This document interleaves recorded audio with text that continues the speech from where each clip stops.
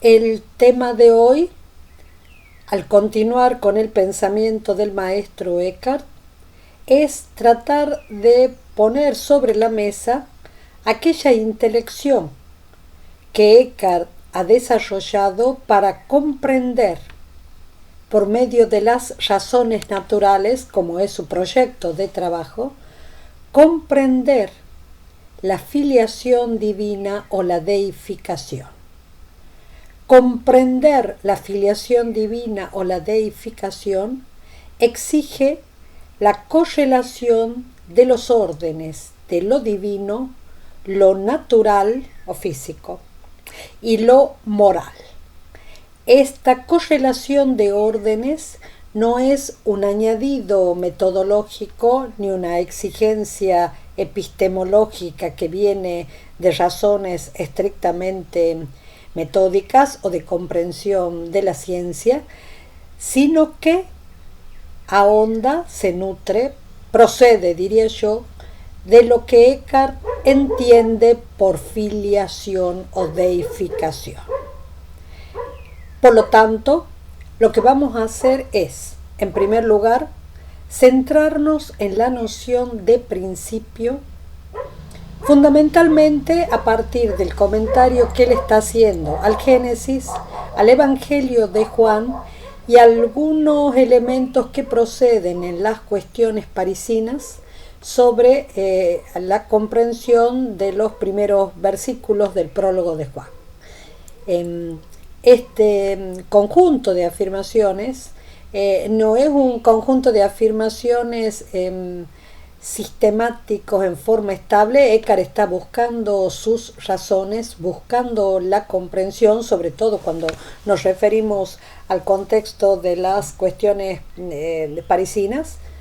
Pero sin embargo, en esta búsqueda que está haciendo Eckhart de las razones para comprender este tema, nos vamos a detener para poder ver incluso si él está todavía vacilando o está proponiendo distintos esquemas, y después esos distintos esquemas van a desembocar en alguno que le sea más propio o que sea el esquema con el que él termina trabajando. Lo que nos resulta absolutamente importante es que a partir de esto vamos a poder tener una mirada sobre el proceso de generación que está en la base de todas las afirmaciones que después han recibido la observación de la Inquisición o que también han recibido esa especie de desplazamiento e identificación de Eckhart como místico, pero identificación a la que identificación que no me produce ningún rechazo, salvo cuando esa identificación lo deja entregado a una especie de identificación con algún proceso afectivo que no tiene ningún sentido racional, y creemos que eso no es el caso de Eckhart. Creemos con muchos estudiosos que no es posible entender a Eckhart sin entender la comprensión filosófica que está teniendo de sus afirmaciones. Y creemos que eso es una de las cosas más increíbles que tiene Eckhart. Bien. Entonces en la clase de hoy vamos a trabajar sobre todo con esos textos, y además de trabajar con esos textos vamos a trabajar con la noción de principio. Bien, ¿cómo entiende el principio en el comentario al Génesis? Eckhart dice taxativamente que el principio, tanto del ser como del conocer de las cosas, es la razón ideal.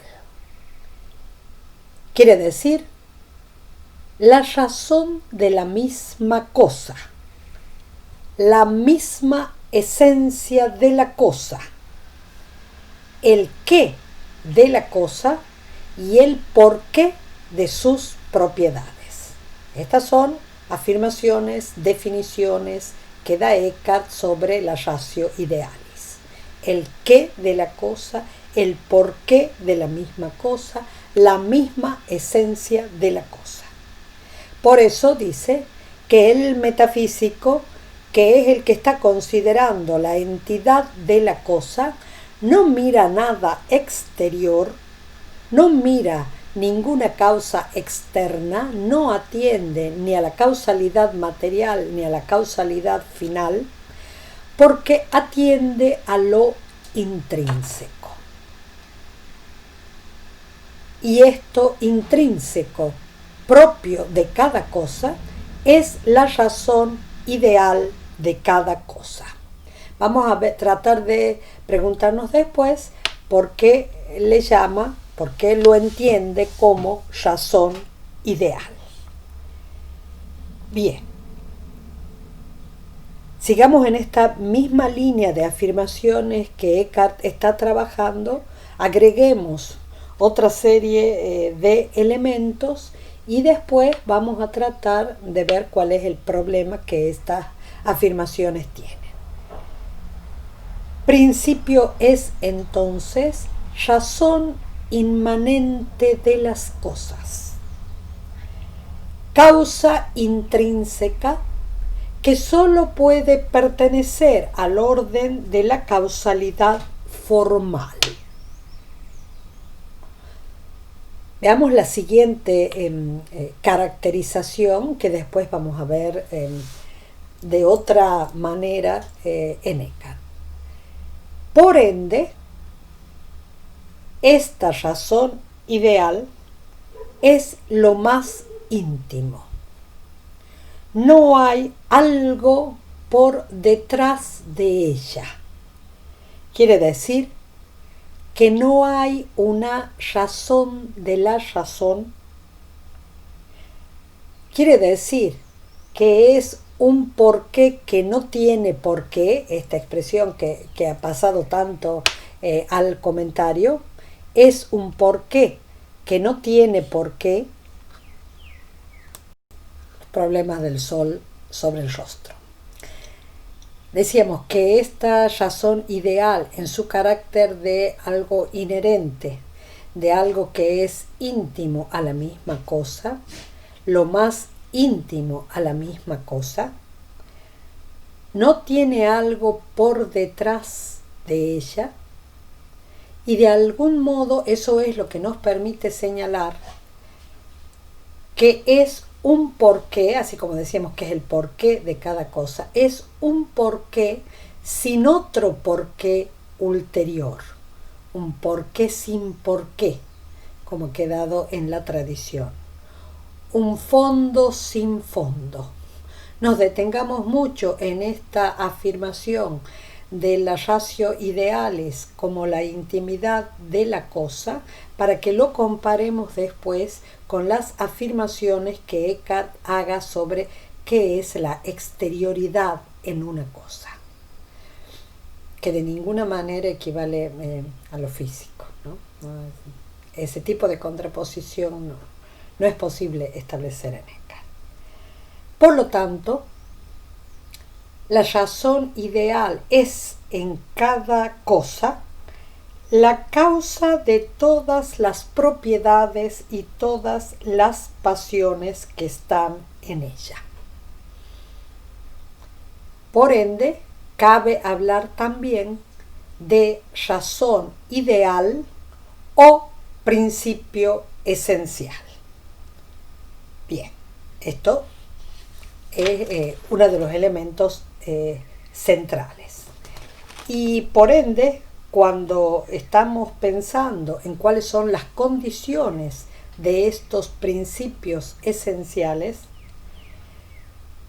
el autor señala que lo principiado, lo que procede de un principio, tiene que estar contenido en el principio como el efecto en su causa.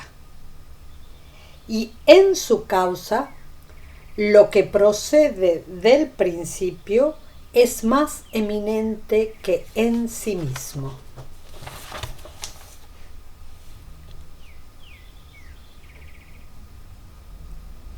Y el efecto quiere decir lo originado, para que no nos quedemos en el ámbito de la causalidad eficaz. Lo originado a partir de un principio es en el principio y junto a él, en su virtud, contemporáneo al principio. Bien, tenemos que aclarar después todas estas características que da Eckhart, que son muy propias de él. Ustedes observen esto, que está diciendo, está para poder explicar esto del principio, que ha dicho que es la ratio ideal de cada cosa, lo más íntimo a cada cosa, su esencia, pero que esto, que el principio es razón ideal. ¿eh?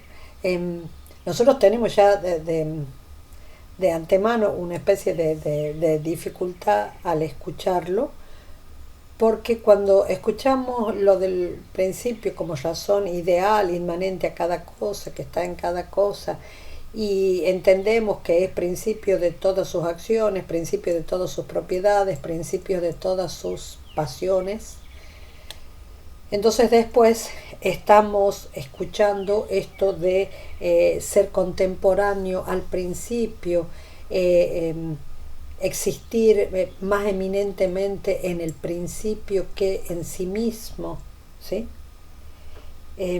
Entonces miremos algunas afirmaciones que está haciendo también en el Evangelio de Juan, y en el comentario del Evangelio de Juan, y ahí cuando está tratando de explicar esto de en el principio, dice que lo que procede de algo o es producido está primero en aquello de lo que procede. Y esa anterioridad en aquello de lo que procede es como la de la semilla en su principio. Ahora bien, todo lo que procede es en sentido universal su verbo, pues enuncia y anuncia a aquello de lo que procede. Y el que procede está en aquel del que procede como razón y similitud. Quiere decir que esta noción de razón ideal, que equivale en cada ser a su esencia, a aquello que es su qué más profundo, su por qué sin por qué. Esta razón ideal, nosotros podríamos decir que está en la cosa, siendo la esencia de la cosa, que en la cosa es principio de todo, a partir de lo cual procede todo lo que ese ser puede producir. Si decimos que eso es lo que es la razón ideal de cada cosa, tenemos que decir también que esto tiene cierta luz en las consideraciones que Eckhart está diciendo sobre lo que quiere decir ser en el principio. Ser en el principio de modo más eminente, ser en el principio es ser como razón ideal.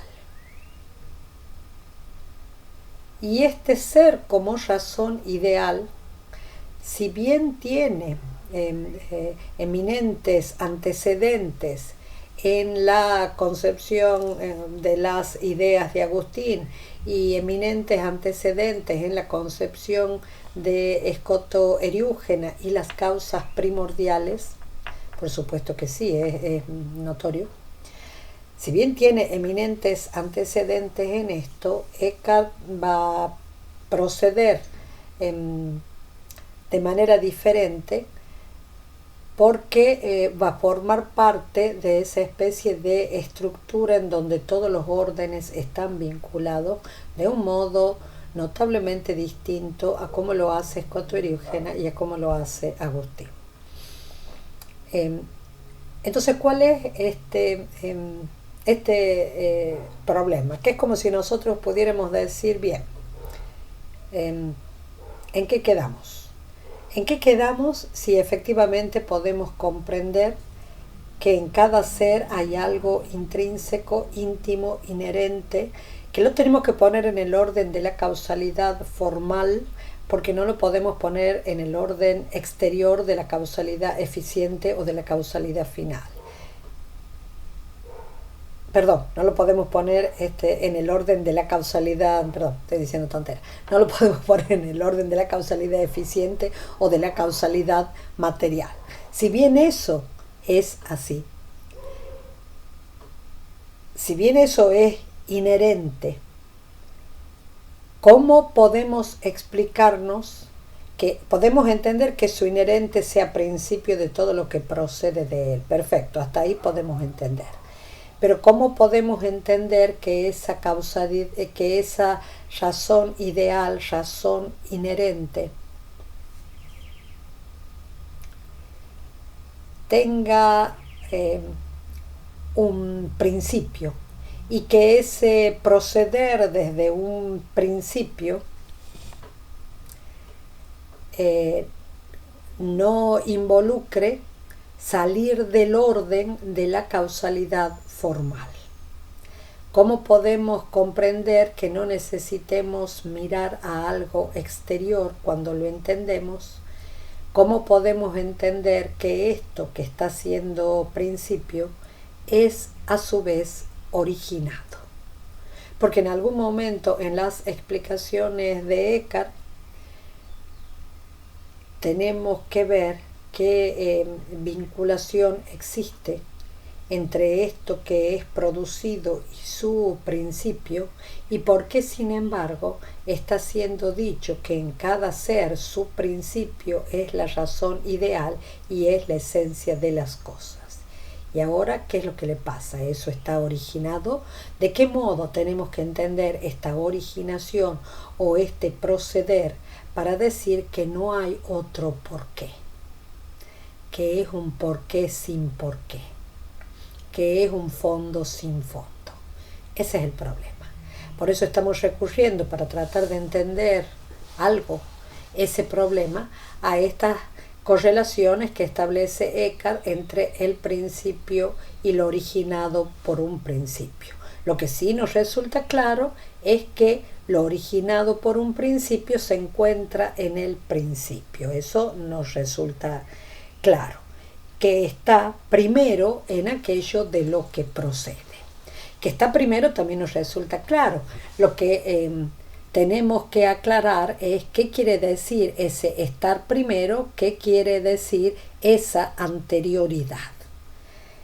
En este momento está diciendo que todo lo que procede es verbo del principio, y por otro lado está diciendo que todo lo que procede está en aquel del que procede como razón y similitud. Eso, hasta el momento, esos son los elementos que tenemos en el problema planteado.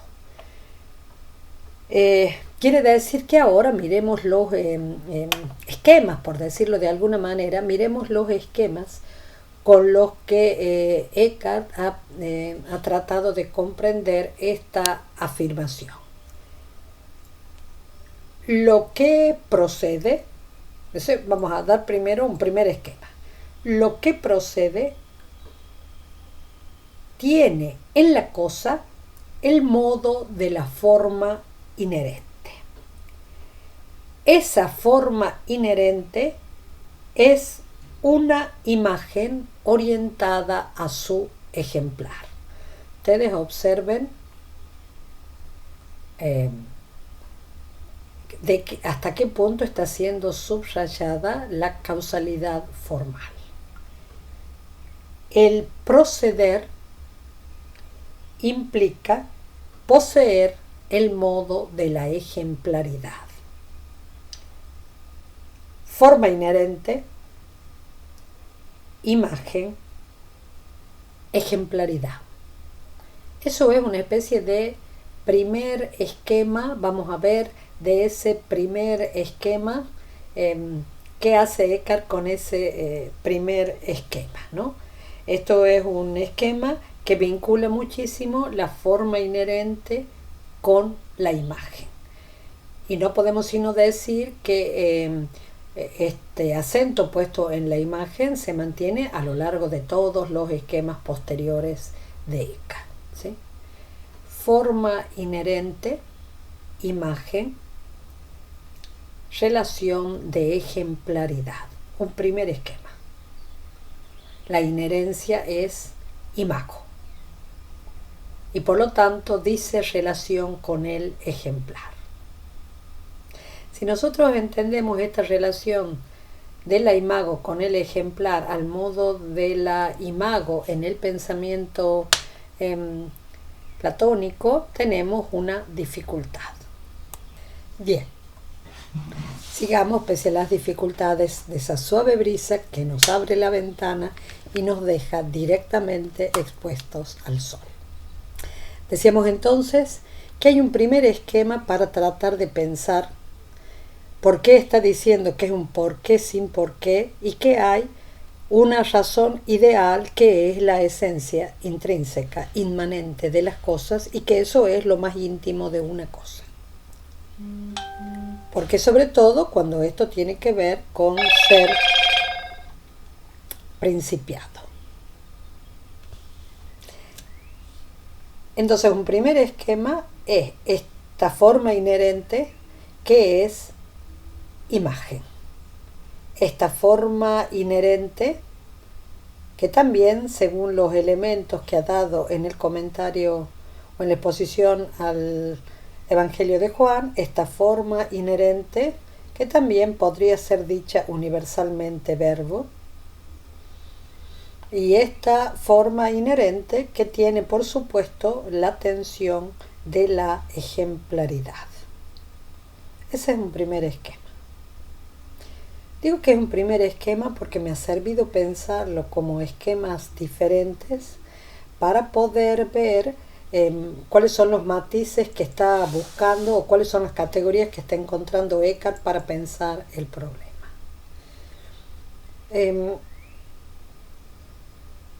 En la exposición al libro del Génesis 1.77 hay una especie de segundo esquema, le diría yo, que me parece que sí, es un modo de expresarlo, pero que quizás tiene algunas dificultades en el léxico que complicarían el problema, pero bueno, lo digo tal como lo dice Eckhart. Este segundo esquema es que las cosas tienen un doble ser. En sus causas originales tienen un ser firme y estable. Y esto equivale a que tienen un ser virtual, lo cual en este momento tiene un montón de connotaciones, esto del ser virtual. Y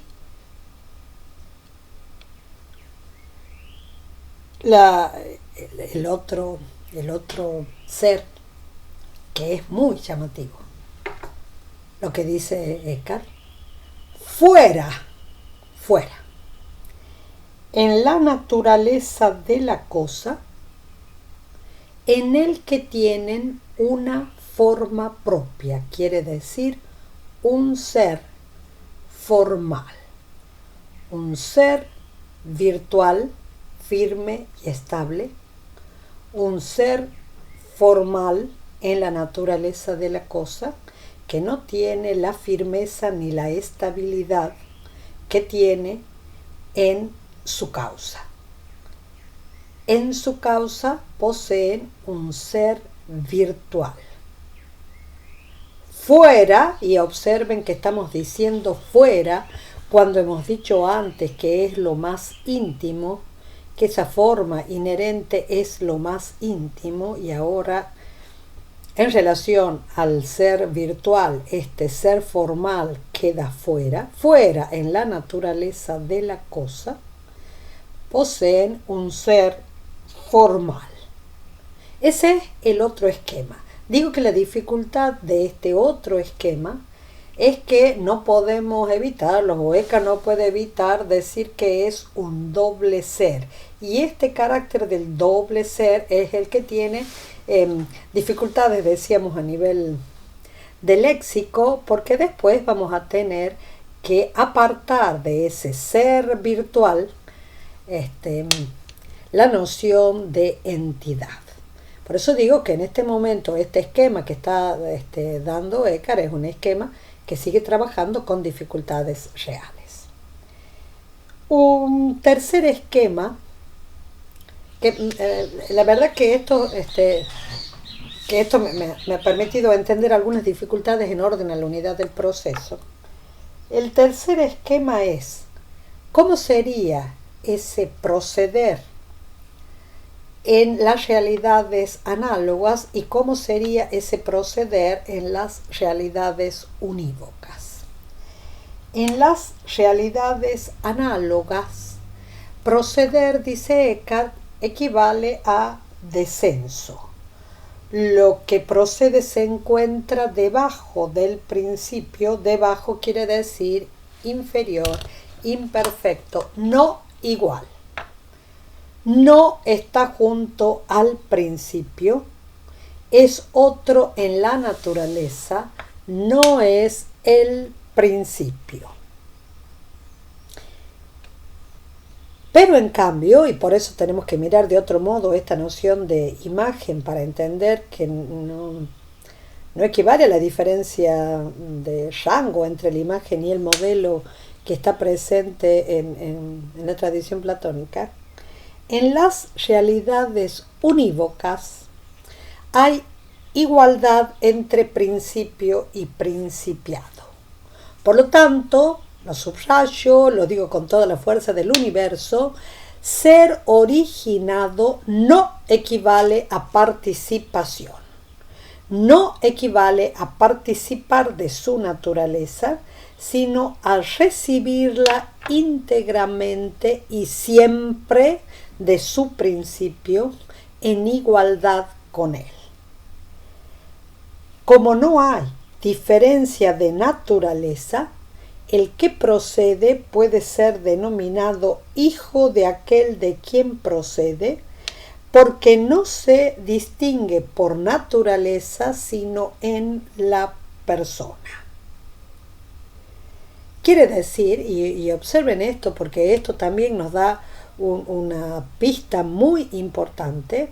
La pista muy importante que está diciendo Eckhart es que este proceder, este originarse a partir de un principio, se produce como participación cuando estoy en el nivel de las realidades análogas. Cuando estoy en el nivel de las realidades análogas, entonces sí, no hay igualdad de naturaleza, hay diferencia, lo que procede es otro en la naturaleza, no podemos identificarlo con el principio, no está junto al principio.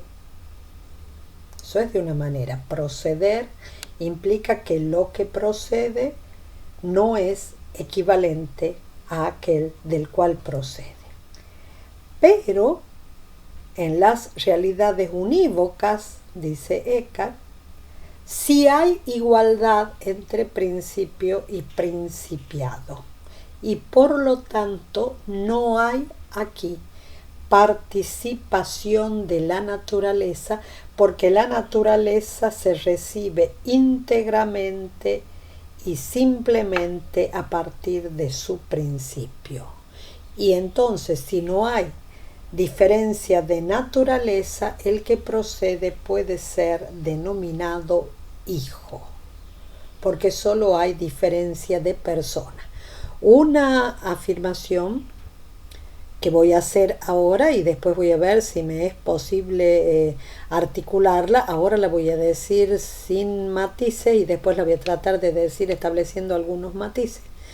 Quiere decir entonces que en este esquema que hace Eckhart, en el que todos los órdenes, el orden de lo que ocurre en el interior del misterio de lo divino, el orden de lo que ocurre en el plano de lo físico, el orden de lo que ocurre en las realidades morales, a las que por supuesto se le podría agregar el orden de lo que ocurre en las realidades artificiales, en lo que es producido. Ya vamos a ver después por qué en algunos casos lo agrega y por qué en algunos casos nos resistimos a verlos como un esquema de 4 patas y por qué seguimos pensándolo como un esquema de 3, y no por razones trinitarias, sino más por razones de la mirada como que él tiene sobre la unidad. Una primera explicación que podríamos pensar, digo sin matices, es que cuando Eckhart está pensando en esta relación de lo que procede, que quiere decir proceder desde un principio, quizás podríamos pensar que proceder desde un principio tiene, en parte, tiene algo que quizás se aproxima a la comprensión del orden de lo creado, aun cuando le falta la articulación, y esa articulación nos hace variar lo que estamos diciendo ahora. Pero en parte podríamos decir que ese proceder, cuando lo pienso en el orden de la creación, sí podría ser ese proceder al modo de una realidad análoga, sí podría implicar participación. Pero si lo pienso en orden a todo lo que implica la encarnación y la justificación, que en Eckhart equivale a la deificación, eso ya no está en el orden de las realidades análogas, sino en el orden de las realidades unívocas, y desde ahí habría que entender qué quiere decir que el bueno y la bondad se miran recíprocamente y son uno y lo mismo, y por qué el bueno procede de la bondad, sin que existan diferencias de naturaleza, sino solamente diferencias en el supósito, en el supuesto, en la persona. Hasta el momento, esta clave de que en el orden de la encarnación y de la deificación no entra la participación, no entra la analogía, sino que sería mucho más cercano este orden de las realidades unívocas, es una pista no suficiente, no es una pista suficiente porque tenemos que encontrar cómo unir todo, no es una pista suficiente, pero sí es una pista para decir que lo que tenemos que atender es entonces cómo entiende Eckhart este proceso, qué es lo que está procediendo, por qué lo está poniendo en el orden de la causalidad formal, y por qué esto puede explicar esta unidad que ha sido tan criticada en los procesos de interpretación, en los procesos de la Inquisición. Y Esto es una pista. Entonces fíjense las tres pistas, tres esquemas que estamos diciendo, que estamos tomando en cuenta, ¿no? Que nos han parecido muy claros. Un primer esquema es el esquema de forma, imagen, ejemplaridad. Eso es un primer esquema. Un segundo esquema es el esquema de ser virtual, ser formal. Y un tercer esquema es las realidades y las causalidades análogas y las causalidades unívocas. Esos son los tres esquemas que hasta este momento podemos tener. Y en los sermones sobre el eclesiástico,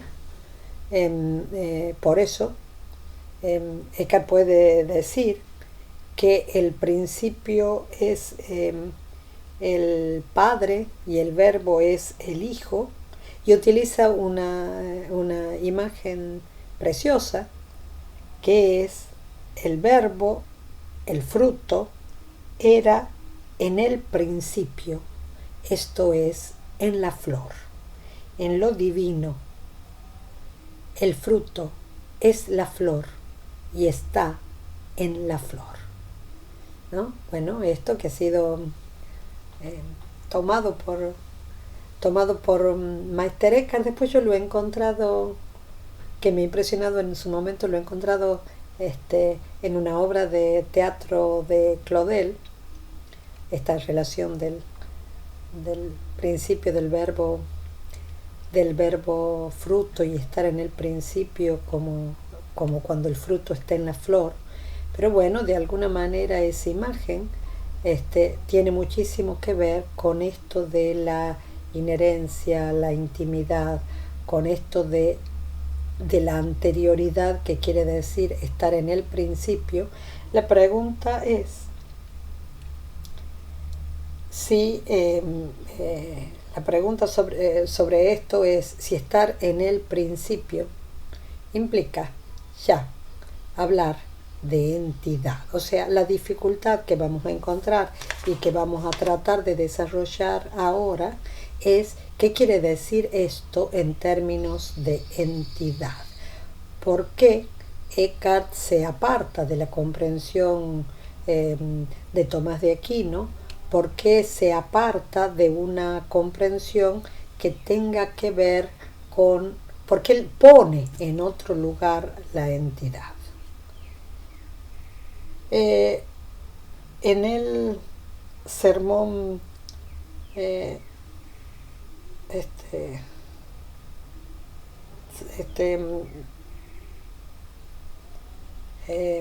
segundo también habla de las causas originales o primordiales. Quizás podríamos llevarlo a esto a hacer otro esquema, pero creo que es más una ratificación de lo que ha dicho con anterioridad. Las causas originales o primordiales más necesitarían ser determinados como principios o como causas, porque el principio se refiere a lo principiado o se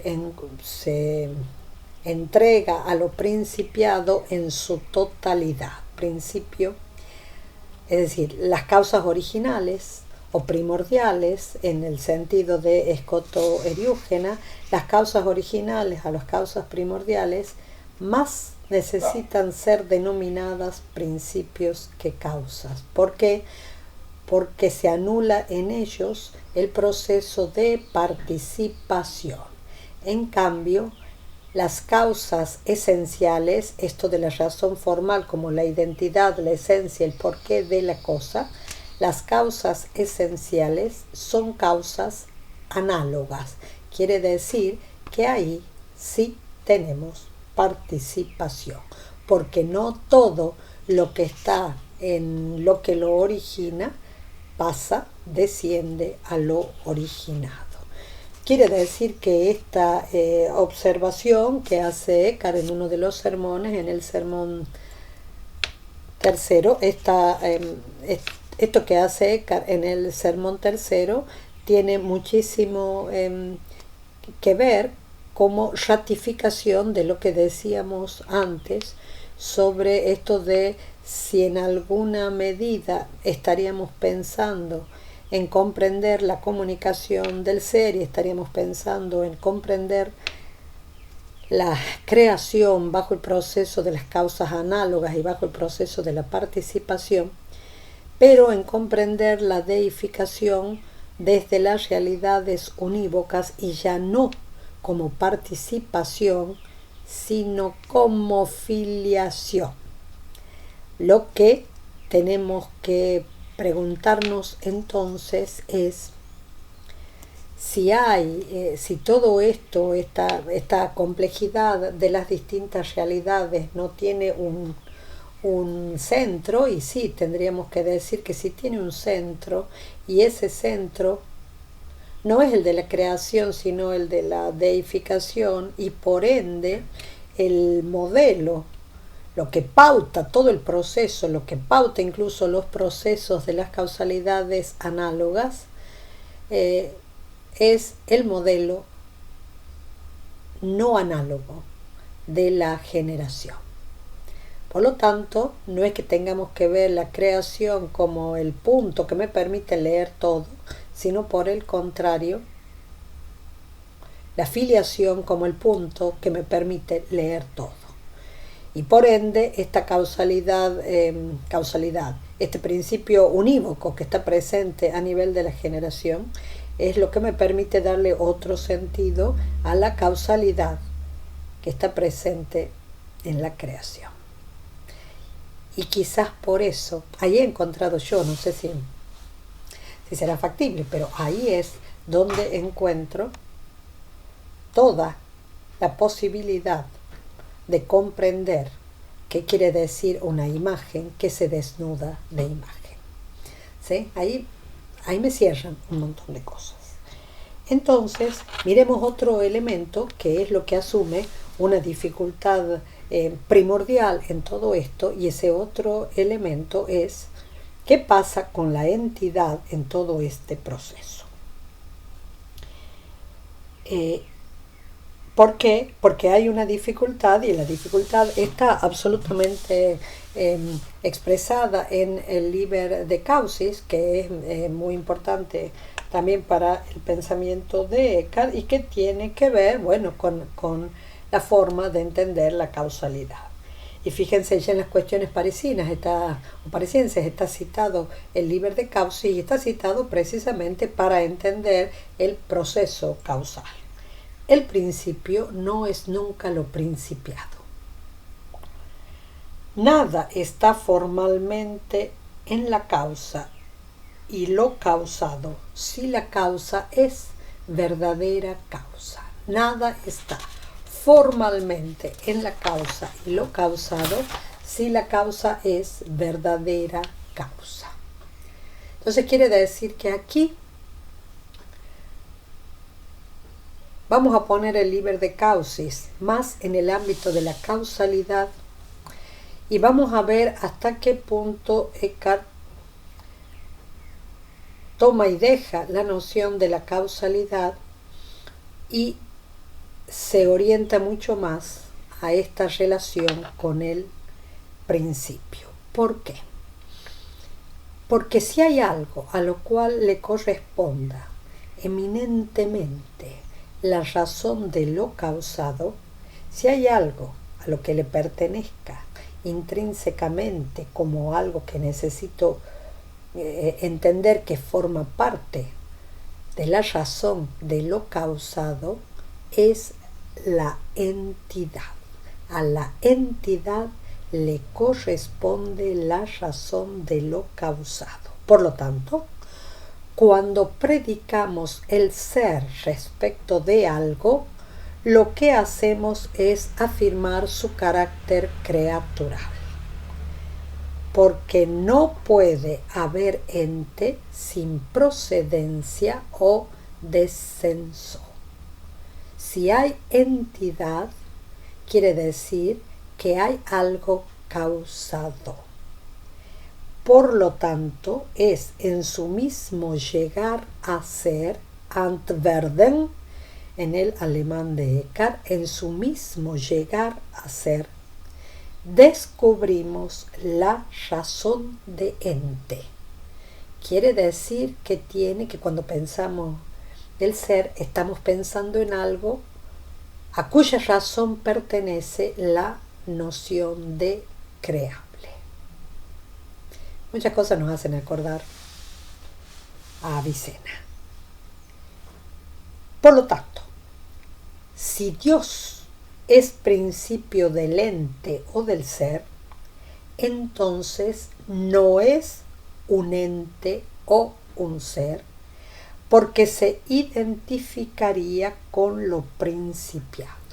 Y ahí, pensando en esto que está dicho en el Liber de Causis, que el principio no es nunca lo principiado.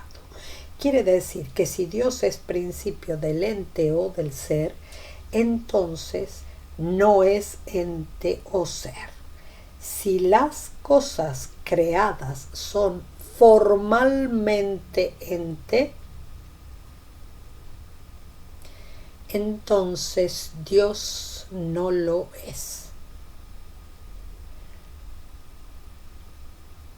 Ustedes observen las dificultades que estamos teniendo de pensar que a la entidad le corresponde en su misma inteligibilidad la razón de lo causado, la razón de lo creado o creable.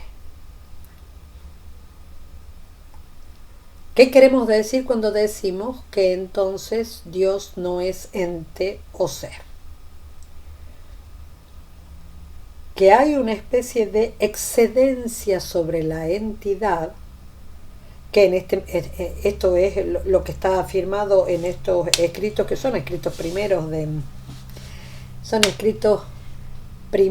de Meister Eckhart, porque es de la primera estadía, que es las cuestiones parisinas. Pero bueno, a esta excedencia sobre la entidad Eckhart llama la puritas essendi. No es una negación que reduce, esto de decir que no es entidad, no es una negación que reduce, sino la superabundancia de la afirmación. Todo él es pureza, perfección, plenitud. Y por lo tanto, si dice relación con la entidad, esta pureza de su ser, si dice relación con la entidad, dice relación como causa. Quiere decir que ahí hay participación. La creación es comunicación del ser después de no ser. Pero, como lo dice en la exposición sobre el libro de la sabiduría, estar en Dios como en su causa quiere decir no estar en su causa como ente. No es como ente como está en su causa. En cambio, y miren por qué decíamos que que tenemos que pensar en esta intimidad de la razón formal y después pensar por qué ha dicho que el ser formal está en la naturaleza de la cosa. La entidad, podríamos decir, es la exterioridad de la cosa. En esa exterioridad de la cosa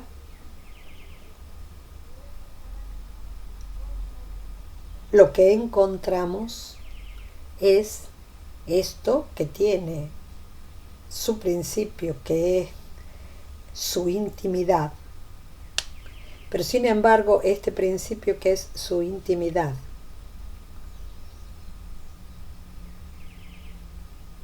en su principio, cuando está en el principio, este preexistir en su principio, muy entre comillas, porque preexistir en el principio equivale a no estar en el principio como ente. Aunque eternamente fueran según sus razones, el carácter intrínseco de la formalidad, de la forma inherente de cada ser, es el modo más exterior de lo real. Cuando está lo real como forma intrínseca, eso es el modo. Ese estar ya fuera del principio es una exterioridad respecto del principio. Quizás podríamos decir que aquello, en un sentido muy neoplatónico, aquello que guarda la relación con el principio, aquello que anhela la intimidad, es esta forma inherente de la cosa, que no tiene un porqué, que no tiene otro porqué, porque esa forma inherente lo que tiene es aquí la exterioridad por ser un ente. Ser en su principio, ser virtual, en el término de una de esos horizontes de interpretaciones que da Eckhart, que dice lo mismo de muchas maneras, porque realmente está buscando no solo léxico, sino que está buscando una comprensión. Ser en su principio, ser virtual, equivale a no ser. No ser, que quiere decir a que no es un ente. Por lo tanto, para no desembocar, y yo creo que muchas de las interpretaciones de Eckhart que lo pasan al vacío y que lo pasan a la nihilidad, y que en algunos casos lo hacen como una especie de gran defensor del nihilismo, hay que tratar de entender que este pensamiento de Eckhart no tiene el ser entitativo, no tiene el prestigio que puede tener en otros pensadores. Entonces, cuando yo digo que algo no es, que el ser en la inherencia formal no es, que el ser en la inherencia formal es exterior a la intimidad del ser, no estoy diciendo algo exactísimamente idéntico al nihilismo. ¿Por qué? Porque el ser en el principio, no entitativamente, como razón ideal, es el más elevado nivel de inmanencia. Y si nosotros queremos buscar qué nos permitiría entender esa inmanencia, eso de estar en el principio y sin embargo no pensarlo entitativamente, decirlo con rasgos entitativos, pero tener que corregir nuestro lenguaje casi inmediatamente, esta inmanencia es la del intelecto. Por lo tanto, verbo, que él lo va a utilizar mucho más ampliamente, expresa aquella realidad íntegramente intelectual de perfecta inmanencia en el principio. Entender es más elevado que ente. Y para poder entender el principio y lo originado a partir del principio, no podemos sino tener que abrirnos a entender lo que es el intelecto. Bien, hasta aquí vamos a llegar en esta clase, que creo tiene muchísimos elementos que tienen que ser pensados, pero que de alguna manera señalan, creo yo, y por eso quería empezar por esto, la parte más estrictamente teórica de ente, porque creo que esto nos da una especie de clave fundamental para poder entender cómo comprende Eckhart